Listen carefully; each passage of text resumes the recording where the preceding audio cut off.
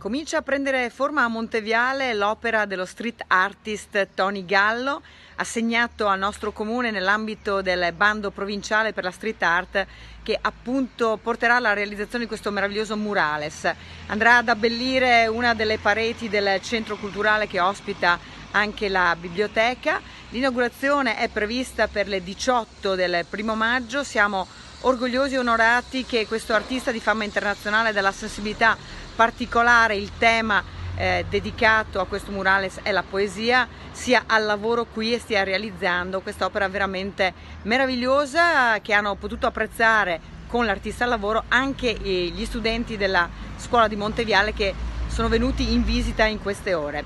Il lavoro procederà per tutta la giornata. Chiunque voglia apprezzare e ammirare questo grande artista al lavoro e vedere quindi come nasce, come si sviluppa quest'opera è il benvenuto a Monteviale.